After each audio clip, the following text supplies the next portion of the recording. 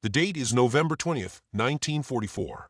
Cold rain falls in a relentless, gray sheet, turning the forests of eastern France into a nightmarish landscape of mud and splintered trees.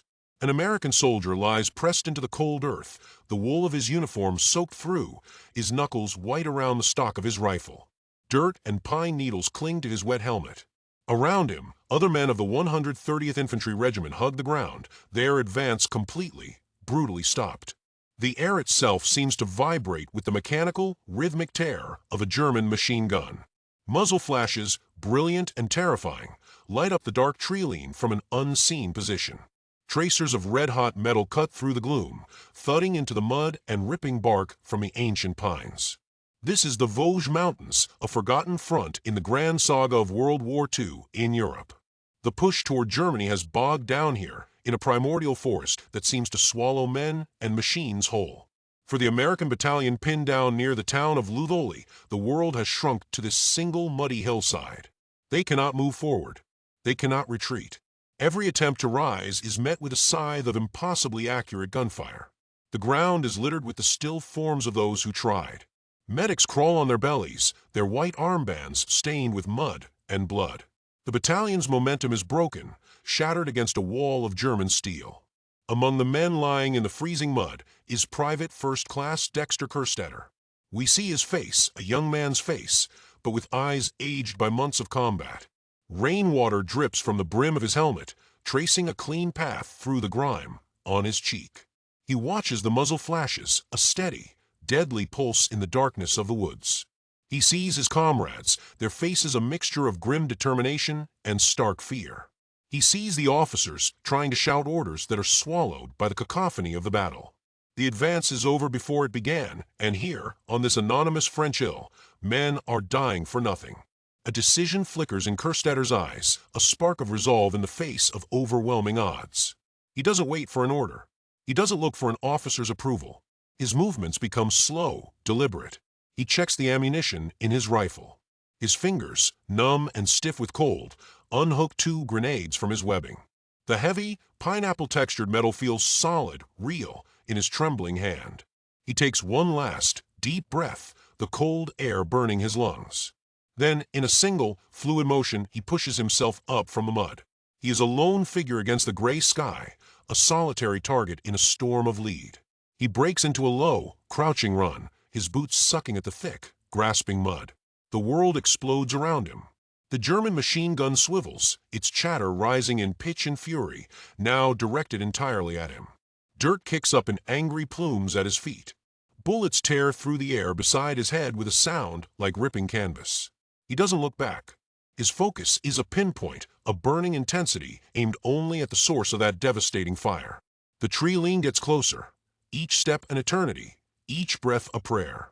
He can see it now, a crude fortification of logs and earth, almost perfectly camouflaged.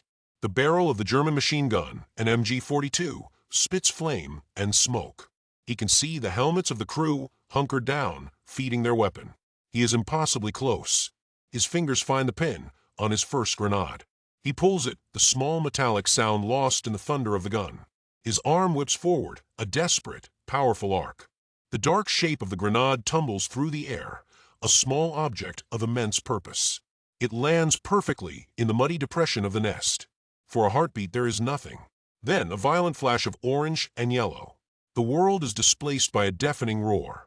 Black earth, splintered wood, and shrapnel erupt from the hillside.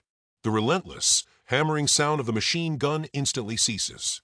An unnatural silence falls over that small section of the line, broken only by the ringing in Kerstetter's ears and the steady drumming of the rain. His fellow soldiers, stunned, lift their heads from the mud, their eyes wide with disbelief. A single machine gun nest has been destroyed, but the relief is sickeningly brief. Before the smoke from the first explosion has even cleared, a second gun opens up. From a different position, slightly further. Up the hill, another stream of tracers cuts through the air. The German defense is layered deadly. The battalion is still pinned, still trapped. The brief moment of hope evaporates, replaced by the grim reality of their situation. Kerstetter is now caught in the open, between his own lines and this new, unseen threat. Bullets churn the mud around the crater he just created. He dives for cover, sliding into the ruin of the position he just destroyed. The ground is torn and smoking. The air is thick with the smell of cordite and damp earth. He presses himself against the shattered logs, his heart hammering against his ribs. His breath comes in ragged gasps. For a moment, he is just a man, alone and terrified, with an entire German line trying to kill him. He risked everything for a breakthrough that didn't happen. But as the fire intensifies, ripping into the wood above his head, that same cold resolve returns. The job is not finished. He takes his second grenade. His hands are slick with mud and sweat. He knows the enemy is watching, waiting for any sign of movement. He rises just enough to peek over the wreckage. He spots it, another nest, cleverly concealed by fallen branches. He knows he will only get one chance. He pulls the pin. He doesn't stand this time. Pushing off with his legs, he rolls out from behind cover, his arm already cocked back. In one desperate, fluid motion, while still on the ground, he hurls the second grenade. It soars through the rain-soaked air, a final, desperate gamble. Another earth-shattering explosion. Another fountain of soil and smoke. And then silence. A profound, echoing silence. Both machine gun nests are gone. The oppressive weight of their fire, which had held hundreds of men hostage, has been lifted. The battle is not over, but its character has fundamentally changed. Dexter Kerstetter, however, does not stop. He doesn't wait for applause or for his comrades to catch up. Fueled by an impossible surge of adrenaline, he scrambles to his feet. He grips his rifle, its wooden stock dark with rain. He charges forward up the hill, into the smoke still billowing from the second nest. He moves through the ghostly gray haze, a solitary avenger closing on the source of his battalion's pain. He leaps into the cratered remains of the German position. The scene is one of devastation. The heavy machine gun lies on its side, its barrel twisted. The crew is scattered, dazed, wounded. What follows is brutal, swift, and without quarter. In the chaos of close-quarters combat, he engages the surviving German soldiers from both nests.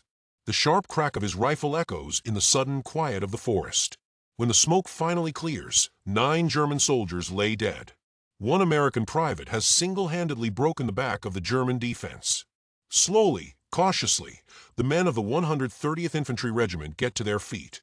They look up the hill and see him, a lone figure standing amidst the wreckage, his rifle held ready. They see the 2 destroyed nests. They see the path forward, a path that was impassable just minutes before. A murmur runs through the line, then a cheer. The spell of fear is broken. The advance is on. The entire battalion begins to move, surging up the hill, past the position that Dexter Kerstetter had just taken. They flow around him like a river breaking through a dam, their faces a mixture of awe and gratitude. He stands for a moment, watching them go, a single soldier whose extraordinary courage enabled a battalion to fight another day. His actions on that cold November day in France did more than just save lives. They unlocked the advance, allowing American forces to continue their slow, grinding push into the heart of Europe. The story of what one man did on a muddy hillside would echo through the history of his regiment, a testament to the fact that sometimes the course of a battle rests not on grand strategy, but on the shoulders of a single, determined soldier. Tell me your favorite war story I should talk about next. Don't forget to subscribe and like the video.